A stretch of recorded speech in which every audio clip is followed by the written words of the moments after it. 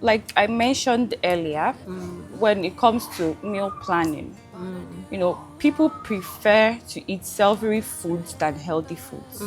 You know, they'll tell you, okay, the food has to be very delicious, but every delicious meal is not healthy. Yeah. We have a lot of fats that makes the food appetizing, but excessive fats is it really healthy?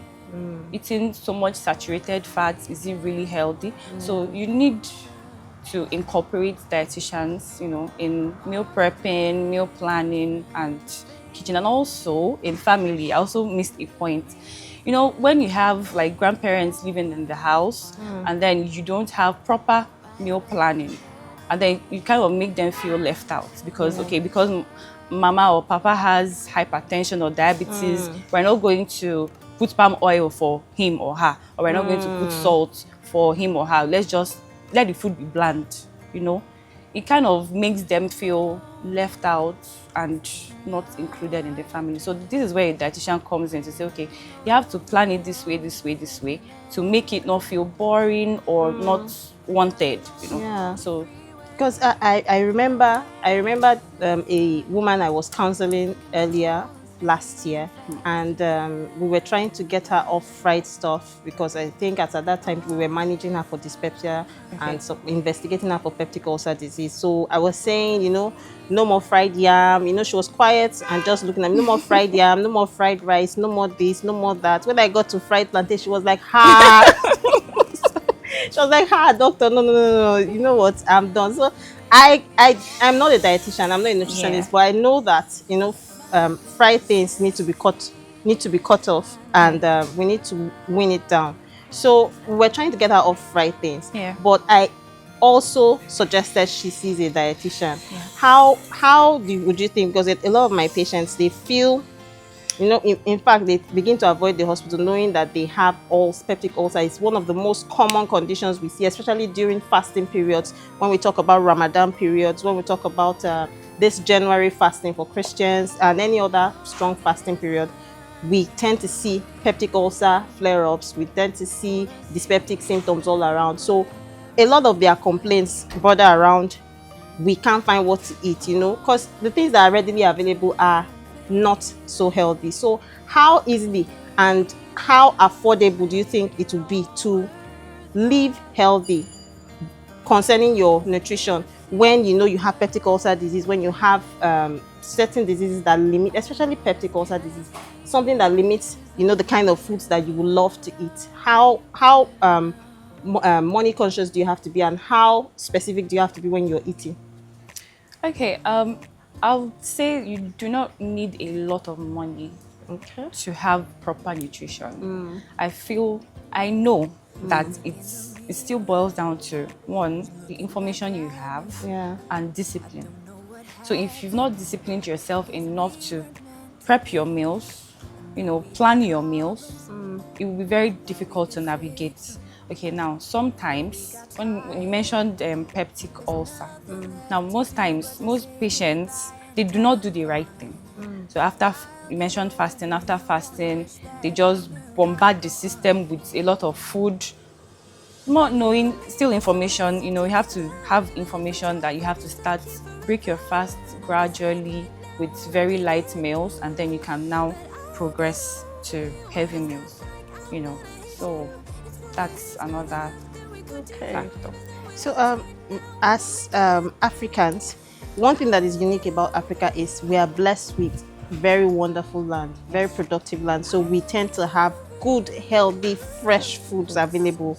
So, what would you say about utilizing it? That's for Africa as a whole. What would you say about utilizing our crops, our food stuff to bettering our health instead of just going into a supermarket and buying pastries and all of that? How would you say? Because personally, I have been on this zero sugar challenge for some days now, and usually in the past I would want to just quickly get a soft drink and just move ahead, but Yeah. I've had to consciously juice things and carry around, because this is strawberry season, I have had to carry strawberries around, had to carry certain fruits around, you know, so that I can snack. How would you say we can start changing pastries and those on unhealthy brands or Yeah, unhealthy fast products? foods. Yes, fast Fast foods food. and things that are not so healthy. How would you say we can switch to healthier, natural fruits and snacks?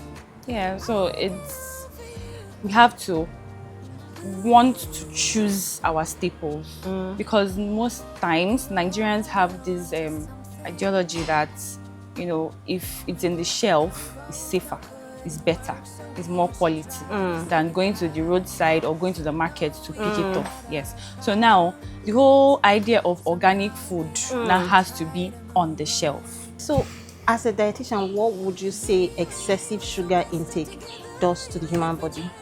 Okay. Well, excessive sugar intake is also excessive energy intake, which also is excessive caloric intake. So now when you have excess calorie, the body just uses what it needs, and then every other thing is stored as fat.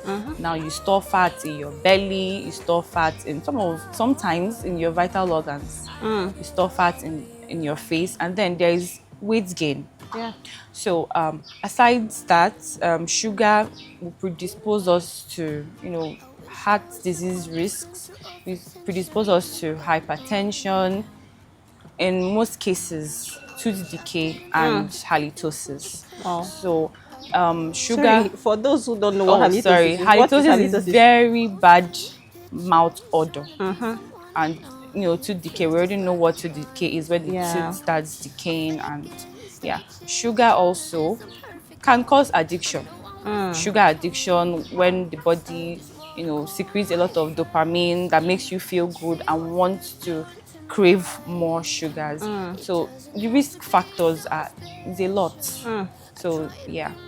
Okay, so how would you say we can switch from unhealthy sugars into healthier sugars, and then what snacks would you say healthier snacks and sugars would you say would be better for us?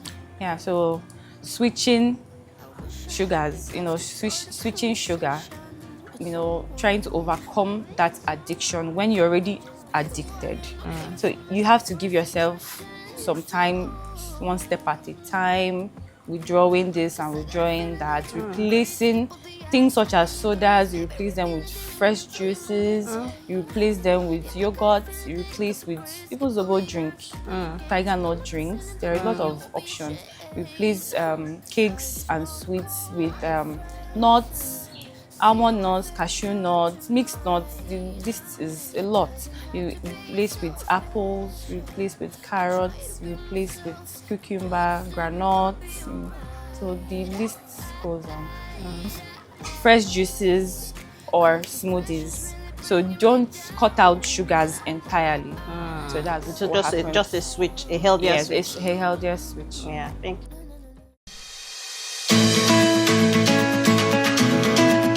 Zero sugar today, healthier tomorrow.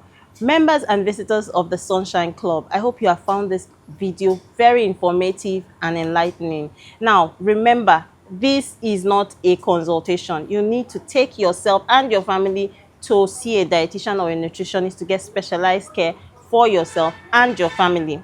Now, if you are new to the Sunshine Club, please like and subscribe to my YouTube channel to get all the information that's going to be coming up your way on our YouTube channel. Now, I hope to see you again when next we have our informational conversations.